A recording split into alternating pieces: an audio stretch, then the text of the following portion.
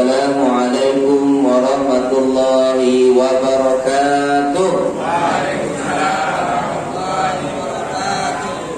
Saya doakan yang menjawab salam berangkat haji. Amin. Yang tak jawab berangkat umroh. Amin. Alhamdulillah rabbil alamin. Wa bihi nasta'in ala umuri dunya waddin. Asyhadu an la ilaha illallah wahdahu la syarika lahu wa asyhadu anna Muhammadan abduhu wa rasuluh sallallahu alaihi wasallam la nabiyya ba'da.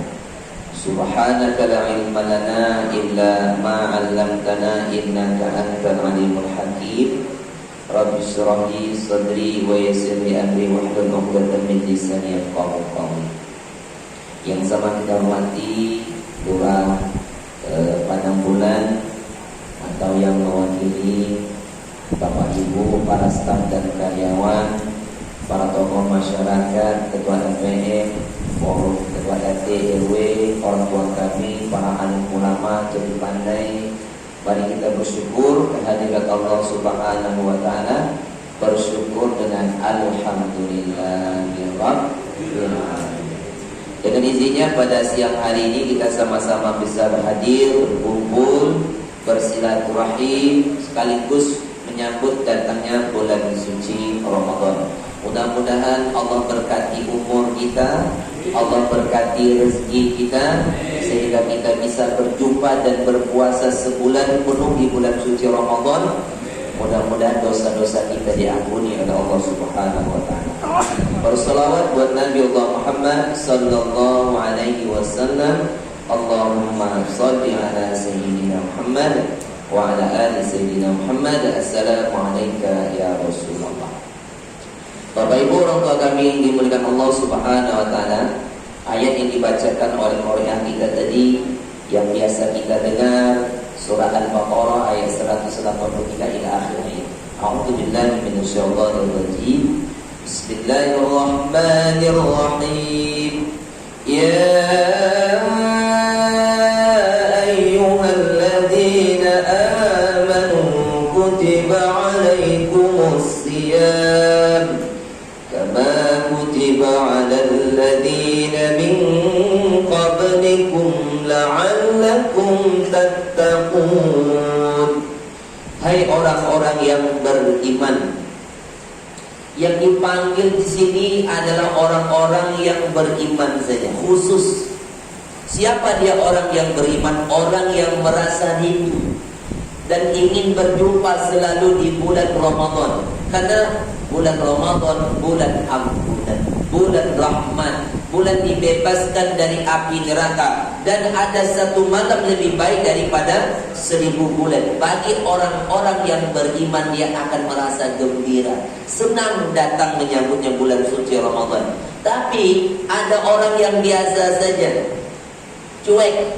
Dia merasa orang Islam tapi merasa tidak terpanggil. Orang Islam banyak mengaku, tiba diberitakan puasa, tidak ada yang puasa. Ketika disuruh sholat, ada yang tak sholat. Kira-kira ada tak seperti itu? Mana dia orang? Oh, sini tak ada. Maka dari itu Bapak Ibu yang dimiliki Allah Subhanahu wa taala, jadi yang merasa terpanggil saja, yaitu orang yang beriman. Kutiba 'alaikumus siyam, diwajibkan atasmu siyam. Siyam itu ada maksudnya puasa, ada saum artinya menahan. Ya, puasa juga ada namanya imsak. Jadi kalau kita sebut Bapak Ibu, ada saum.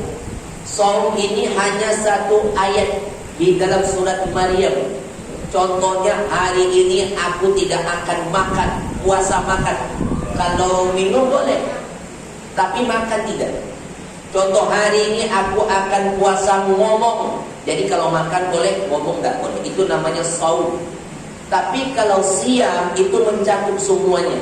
Tidak boleh makan, tidak boleh minum, menahan hawa nafsu, itu namanya siam. Jadi kalau disebut dengan saum, khusus satu aja. Nah, ada namanya imsak. Imsak itu artinya menahan diri dari hal-hal yang bisa membatalkan puasa kita. Bapak Ibu, orang tua kami yang dimuliakan Allah Subhanahu wa taala.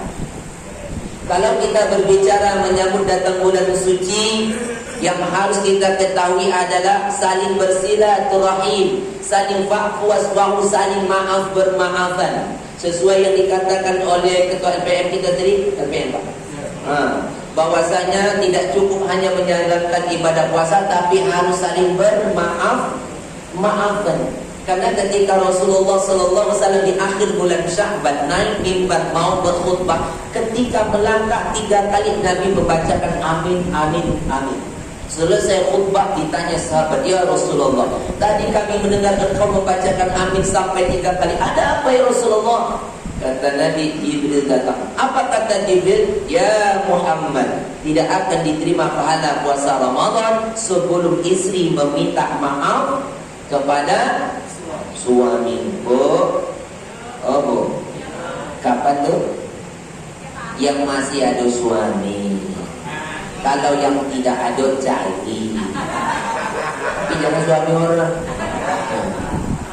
Dan suami juga harus meminta maaf. Kadang-kadang suami ini agak egois ya Bu. Oh Pak. Yo tanya. Kalau malu depan anak-anak minta maaf, bawa ke kamar. Yang kedua, tidak akan diterima pahala puasa Ramadan sebelum anak minta maaf kepada orang tua. Yang masih ada orang tua datangi. Kalau jauh ditelepon atau video call. Yang sudah meninggal dunia jangan ditelepon lagi. Pergi ziarah atau doakan.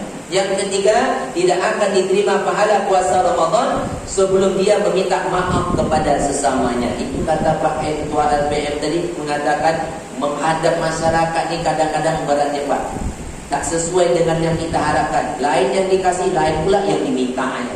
Itulah kalau nanti ada waktu jalan-jalan dan kita refreshing. Tapi jangan jalan sendiri aja, bawalah saja sekalian. Bapak Ibu, orang tua kami yang dimuliakan Allah Subhanahu wa taala. Datang bulan suci, saling membersihkan diri, fa'fu wasfahu, saling memaafkan. Bukan pergi ke sungai. Cuma sekarang terbatas pula.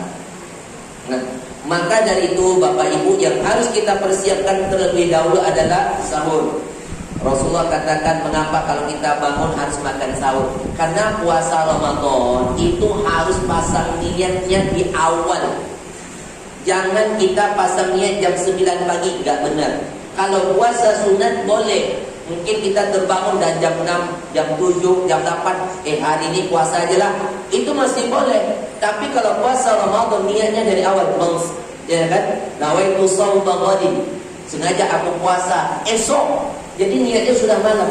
Sebelum tidur sudah pasang niat. Ketika bangun jam 4, mungkin jam 3 solat, jam setengah 4 sudah selesai. Habis itu lanjut persiapan jam 4, siap-siap untuk persiapan makan sahur. Tasaharu fa inna bis sahuri barakah. Makan sahurlah karena ada berkah. Kenapa kita harus makan? Ada berkah. Orang kalau makan sahur ada berkah. Apa berkahnya? Pertama, untuk fisik. Kalau kita makan, otomatis fisik kita kuat, siap untuk menjalani puasa sehari penuh.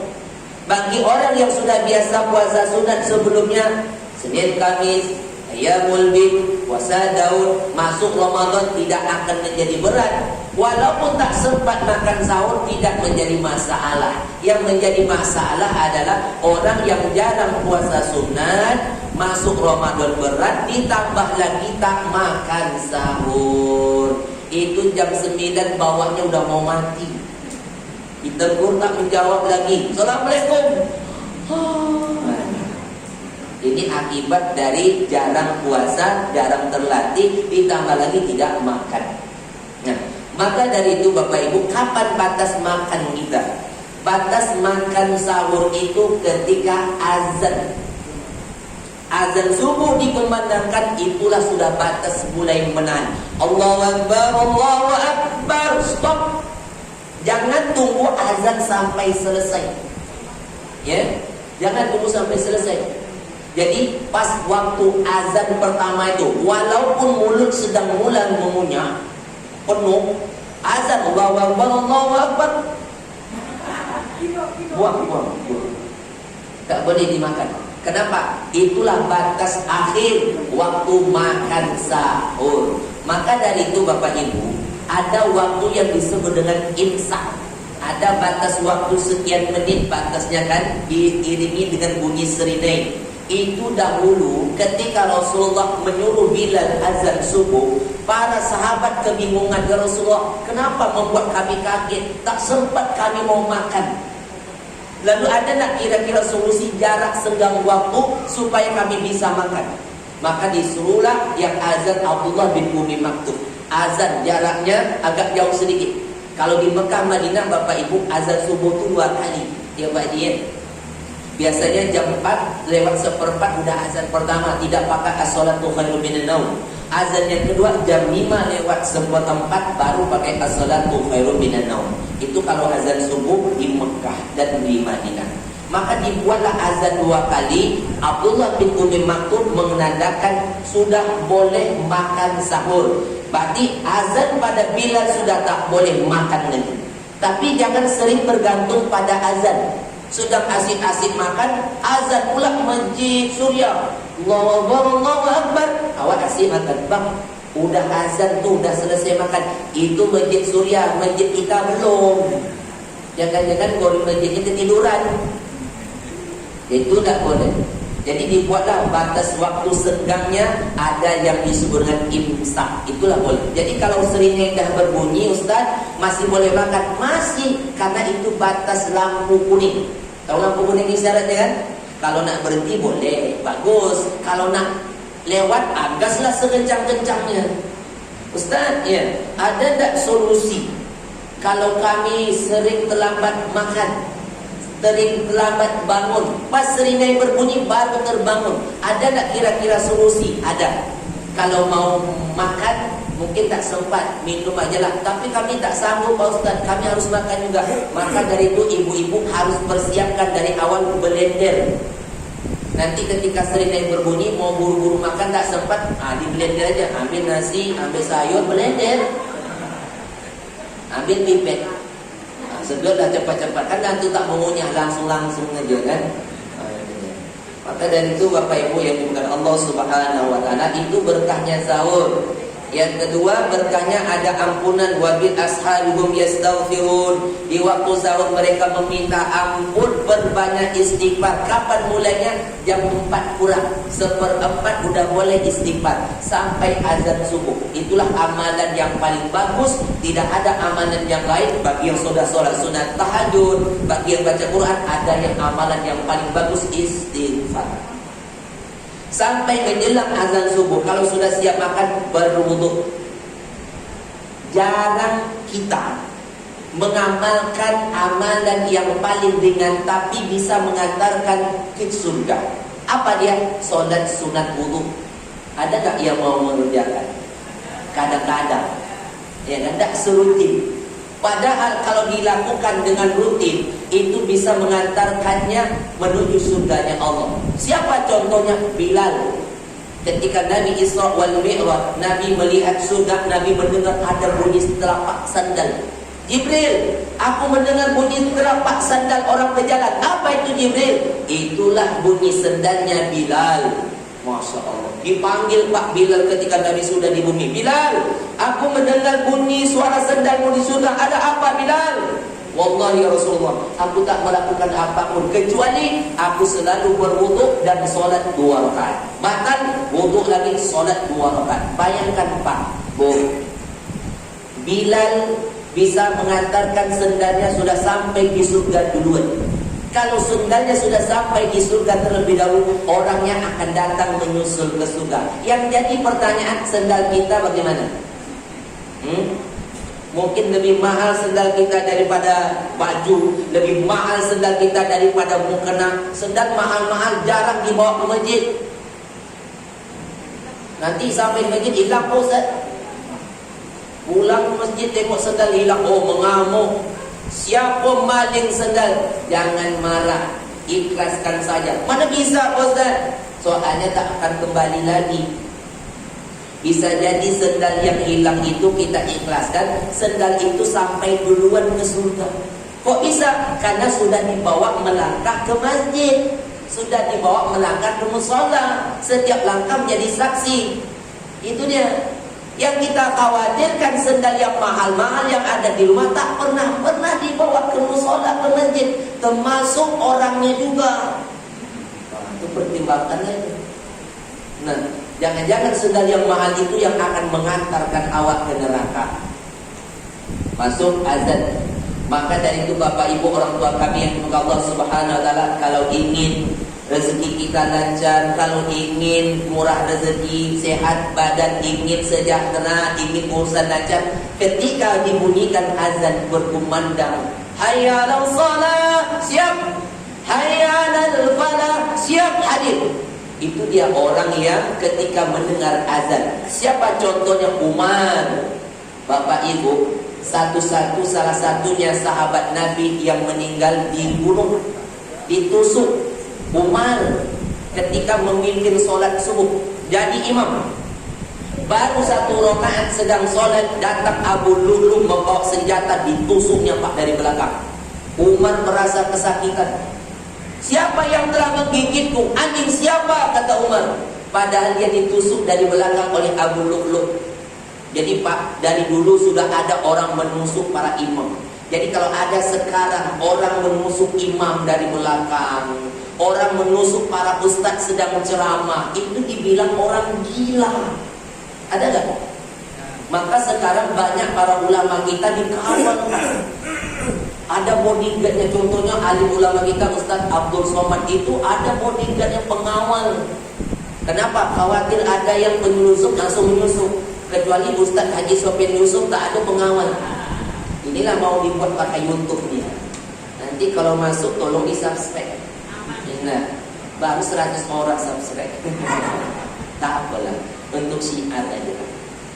Maka dari itu Bapak Ibu orang tua kami Allah Subhanahu wa taala, ketika Umar terjatuh Pak, dibawa pulang sampai di rumah Umar pingsan. Sahabat bingung bagaimana cara membangunkan Umar ini. Rupanya Bapak Ibu, Umar itu kalau mendengar azan biasanya dialah yang pertama kali harus sampai ke masjid, supaya dia dapat sholat yang paling saf, yang paling depan. Itu Umar.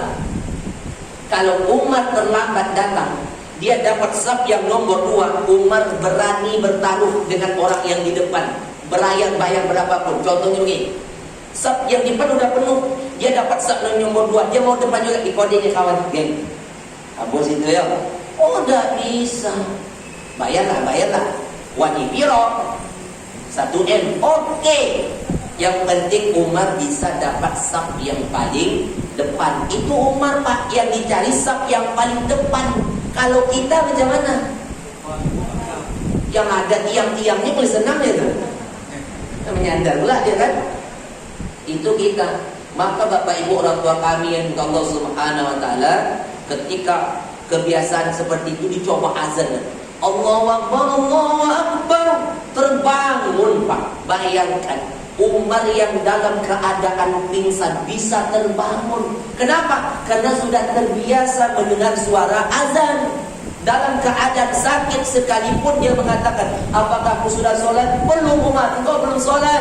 Maka disitulah Umar sholat dalam keadaan sakit. Coba kita pikirkan, orang yang sudah terbiasa mendengar azan dalam keadaan pingsan bisa terbangun. Bagaimana dengan kita?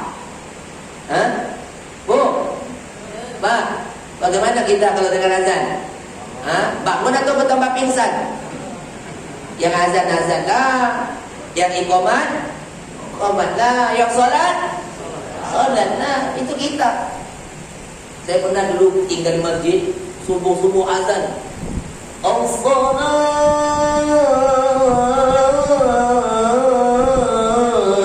khairum minan naum. Pagi-pagi ada jamaah yang ngomong, Ustaz, subuh tadi suara azan merinding Pak Ustaz, merdu, sayup dengar corong mic dekat betul dengan rumah. Terus saking merdu Pak Ustaz terlena, tertidur kan dia lagi. Ada pula kayak gitu. Maka ketika azan dikumandangkan, tinggalkanlah segala urusan dunia. Masuk solat subuh secara berjamaah dan solat qobliyah subuh, rakaat al-fajr khair minad dunya wa ma fiha. Habis solat subuh kita lakukan amalan solat sunat syuruk 2 rakaat dan sampai waktu duha sampai ke petang. Inilah yang disebut dengan man shoma Ramadan imanan wa ihtisaban ghufira lahu ma taqaddama min dhanbi. Masuk malam hari mangkoma Ramadan imanan wa ihtisaban ghufira lahu ma taqaddama min dhanbi. Jadi Bapak Ibu, seluruh bulan suci Ramadan itu adalah bulan ampunan. Jadi salah kalau ada mengatakan 10 malam pertama bulan maghfirah, bulan kedua rahmat. Salah itu. Karena seluruhnya adalah bulan ampunan. Siapa yang mendirikan malam-malam Ramadan dengan solat sunat tarawih, witir berjamaah kan? Ada sebagian masjid solat tarawih 23. Mungkin Masjid Agung, Masjid Raya 23. Ada sebagian masjid dan musola 11. Ada yang membuat sampai 33. Kok bisa banyak begitu? Kalau 11 rakaat ini yang biasa Nabi lakukan baik di bulan Ramadan maupun di luar Ramadan, 11 rakaat. Tetapi 11 rakaat itu ayatnya panjang. Rakaat pertama surah Al-Baqarah, rakaat kedua surahnya Ali Imran. Jadi ayat yang panjang, rakaatnya pendek. Abu Bakar enggak sanggup. Maka kata Abu Bakar, bagaimana kalau ayatnya dipendekkan, rakaatnya yang ditambah jadi 23. Jadi Umar Ibnu Abdul Aziz semakin pendek ayat, semakin panjang rakaatnya. Cobalah kalau di masjid kita dibuat 11 rakaat, tapi rakaat pertama surahnya Al-Baqarah, rakaat kedua surahnya Ali Imran. Saya yakin satu malamnya. Malam besok tinggal Pak Imam sama Bilalnya. Jumaah pada bubar. Enak. Tapi jemaah kita sudah pintar semuanya Pak. Yang dicari rakaatnya yang pendek. Ayatnya pun pendek. Kalau sempat saya diundang di masjid untuk jadi imam, pernah juga jemaah itu ngomong, Ustaz Haji Sofyan itu kalau di tanah suci waktu kami sholat tahajud, oh lama ayat yang panjang tuh panjang. Iya Bu, iya. Pas kebetulan, jangan-jangan betul. Jadi imam, Allahu Akbar, Ar-Rahman, akan iyo Ar-Rahman dibaca. Allamal Quran, memanglah Pak Imam gaya. Khalaqal insan, copeklah Pak Imam, kami nak pingsannya. Allamahul bayan, cukup malam ini, besok kami tak datang. Selesai tarawih tengok dididik. Apa Bu? Tengok jadual Pak Imam. Kenapa begitu? Kira-kira Ustaz Haji Sofyan itu datang lagi? Oh ada. Kalau dia datang kami pulang Pak. Kenapa begitu? Ya lama solat, rakaatnya panjang pendek, ayatnya panjang-panjang. Kami lah tua-tua tak sanggup berdiri lama, lutut tak goyang. Tapi yang jadi imam malam ini ketua LPM. Oh mantap. Inna a'tainakal kautsar. Itu yang dicari jemaah semua. Tapi yang saya maksud bukan jemaah di sini. Mohon maaf, mohon izin Pak ya, bukan hanya di sini. Yang di tempat kami. Insya Allah sini tak ada bedanya juga. Ini dah habis betul belum nih? 5 menit lagi ya, 5 menit. Nah, maka dari itu Bapak Ibu yang Allah Subhanahu wa taala, Syahrul Ramadan alladzi unzila fihil Quran. Bulan Ramadan, bulan turunnya Al-Quran. Maka kita dianjurkan untuk punya target. Dalam satu bulan Ramadan kita harus bisa khatam minimal sekali.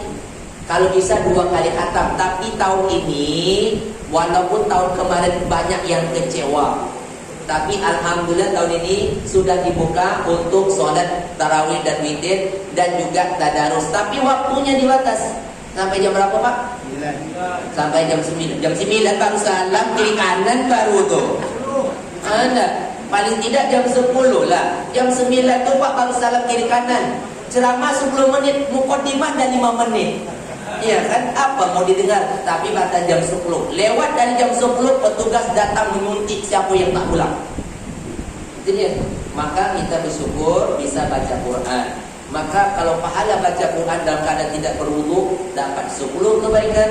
Baca Quran dalam keadaan berwudu 25 kebaikan. Baca Al-Quran di waktu sholat 50 kebaikan. Maka alangkah indahnya bulan Ramadan memperbanyak zikir baca Quran.